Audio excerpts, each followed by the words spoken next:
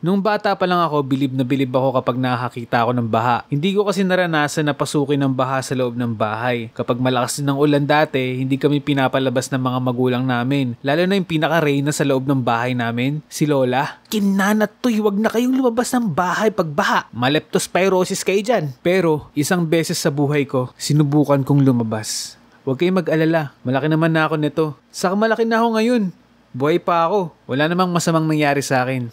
Oops, spoiler ba yun? Anyways, isang araw, sobrang lakas ng ulan. Dito kasi sa amin, magkakalapit lang kami mga magpipinsan. Kabisado ko lahat ng daan papunta sa kanila. Pwedeng lakarin pero medyo malayo. Kaya sabi ko, walang tigil lang ulan. Try ko kayang pumunta sa pinsan ko. Tapos tumingin ako sa paligid. Tinignan ko kung may nakatingin. Wala. Kaya lumabas ako ng bahay. Lumabas ako ng gate. Tapos pagtingin ko sa main road, ayun, ayan na yung baha. May mga nakikita ako lumulusong sa baha at may nakikita rin akong mga tilapiyang lumalangoy. O baka yung iba sa inyo dyan napapatanong na, may tilapia dyan Kuya Arkin? Syempre joke lang yun, wala. So trinay ko din lumusong. Wala naman akong sugat sa paa kaya okay lang. Sabi nila masama daw kapag may sugat ako sa paa pero may kagat ako ng lamok, mga dalawa lang, 2 legs ko puno. Pagkalusong ko sa baha, nakita ko sa malayo na may mga bata rin na naglalaro sa baha. Gusto ko man sumali pero introvert ako kaya dumiretso na lang ako sa kabilang kanto. Meron ding lugar sa amin na sobrang bahain daw, sabi-sabi ng mga tao doon. Sakto doon ang daan ko kaya na-excite akong dumaan doon. Parang na-imagine ko na ano kayang itsura nun? Mataas yung tubig? Lampas tao? May mga bangka doon?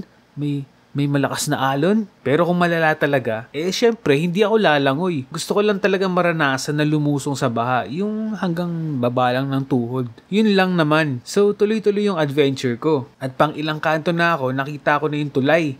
Malapit sa likuan kung saan sinasabi yung sobrang lalim daw ng baha. Eto na. Pagkaliko ko sa kanto, sa may baba ng malaking simbahan, andun yung malaking swimming pool.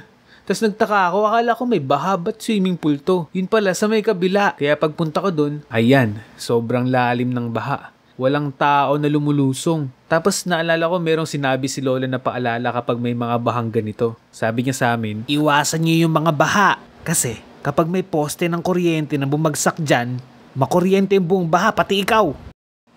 Syempre, ayun yung nasa isip ko nun. Kaya kailangan ko talaga mag-decide kung lulusong ba ako dito o hindi. Ano sa tingin nyo? Lumusong ba ako o hindi? Bigyan ko kayo ng 5 seconds para mamili. 5, 4, lumusong ako.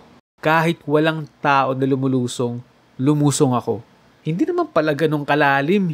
Hindi naman siya umabot sa nilaga ko. Pero ang saya.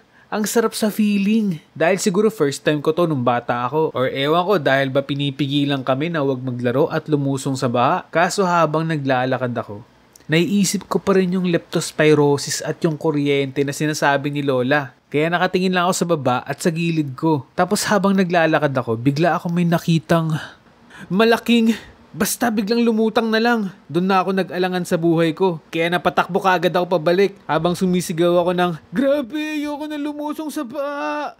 Hindi na ako ulit. Ayoko na, uwi na ako. At hindi na ako tumuloy sa pinsan ko. Pag uwi ko, sabi ni Lola, oh, saan ka galing? Sabi ko, lumusong ako sa baha. Ay, Diyos ko ka! Oh, na leptospirosis ka na dyan. Nakuryente ka na. Nanatoy nga ubing ka. Di Lola, may nakita akong sobrang laki. Anong nakita mo? Malaking, kulay brown,